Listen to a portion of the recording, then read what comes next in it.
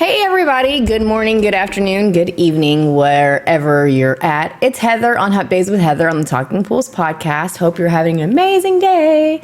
I know I am. So check out our new swag. I don't know if you can see this, if the video's up yet or not, but this lovely new t-shirt. Well, it's not really a t-shirt, it's a polo. It's pretty comfy. I like it, and it's yellow because, I like my bright colors. Thank you, Rudy. It's amazing.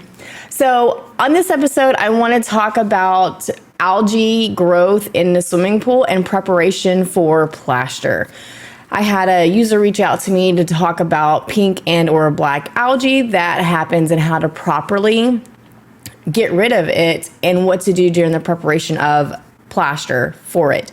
Because a homeowner reached out to them and stated, hey, I had black algae. I've done some research. I don't think they prepped my pool properly, and so they plastered over it. Well, we all know in our industry that is a big no-no, right? You definitely cannot just plaster over algae.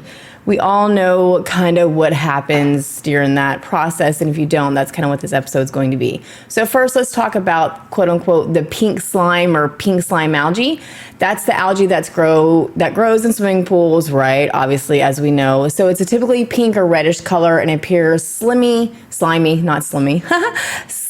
film on the surface of the water or on the walls or the floor of the pool, right? So pink algae is typically found when the proper chemicals aren't done inside of a swimming pool with high levels of nitrogen, phosphorus, or other items that go in there with improper balance. So low chlorine level has a big issue to do with that as well.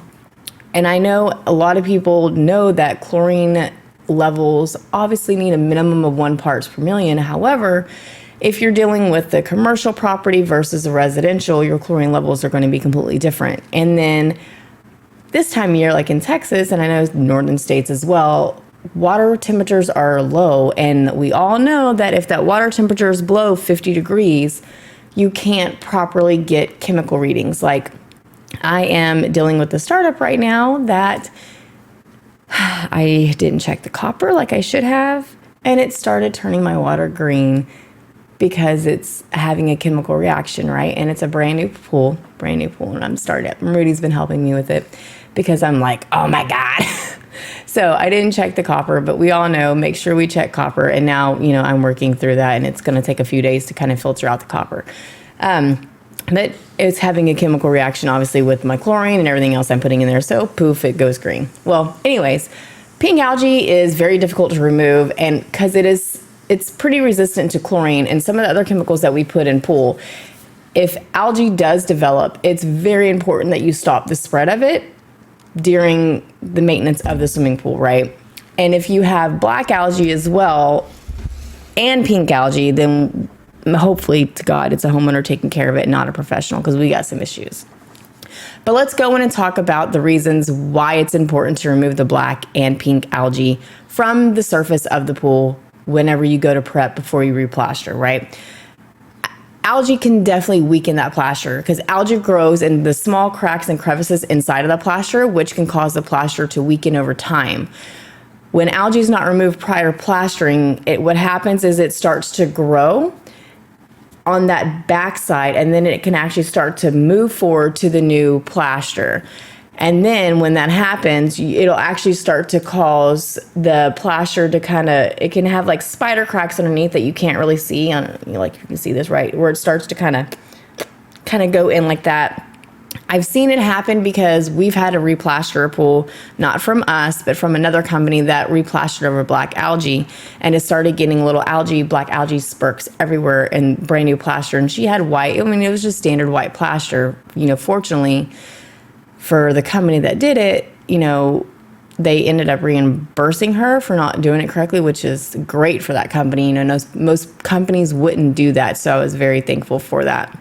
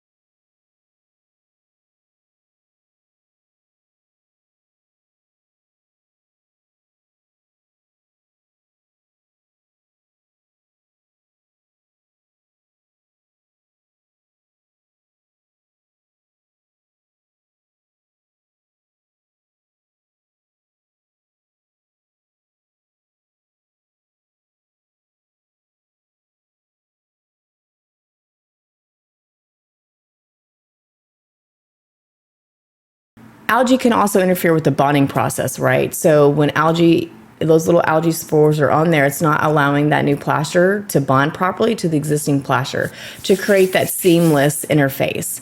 When there's algae present on the existing plaster, it also has a result with little bitty, more so bumps that kind of go over it, right? Because during the prep process, you're supposed to acid wash or chlorine wash, depending on what type of algae that you have and how bad it is. So I've done a pool where we have done a chlorine wash on it and then completely rinsed it, waited 24 hours, come back and done an acid wash on it as well to make sure it's all gone. And then if you're just really curious if it's all gone, you can test the surface with, you can scrape some off and kind of test it as well if you really want to get that far in depth with it.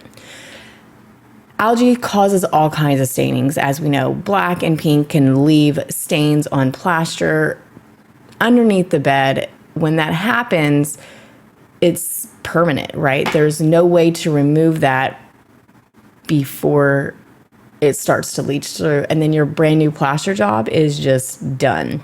So make sure that you remove this black algae, the pink algae, or any algae for that matter. No matter if it's green, red, yellow, it doesn't matter. It needs to be removed prior to plaster to make sure that the new plaster is applied to a clean and stainable surface, which won't cause algae with it bonding, won't cause algae with it coming through, won't grow in the cracks and crevices of the new plaster. When you don't prep a pool properly, that warranty is voided. And a lot of people seem to think that the warranty that comes with plaster covers your prep. And in fact, it 100% does not cover your prep. If you prep a pool crappy and that plaster fails, it's not the manufacturer's responsibility to cover your ass for your shit prep work.